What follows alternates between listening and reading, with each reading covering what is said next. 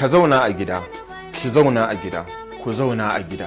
Coronavirus babban annoba ce wacce ta kashe yara, ta kashe manya. Bata bar mai kuɗi ko talaka ba.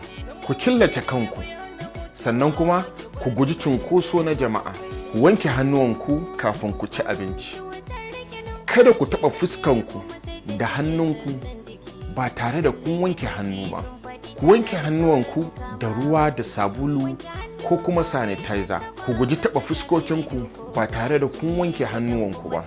Ku ba da tazarar mita 3 tsakaninku da wanda kuke mu'amala. Ku yi amfani da abin rufe baki da hanci wato face mask don gudun shakan gurbataccen abin da bai dace ba.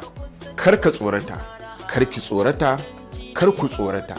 Da kun ji wa'innan alamomin kamar haka: zazzabi mai zafi, ciwon kai mai tsanani, ko kuma bushewar makogwaro, sarƙewar numfashi, ko kuma yawan tari, to maza ku killace kanku, sannan ku kira wannan lambar.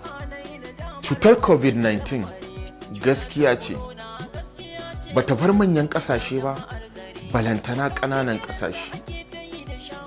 Mu killace kanmu, mu zauna lafiya.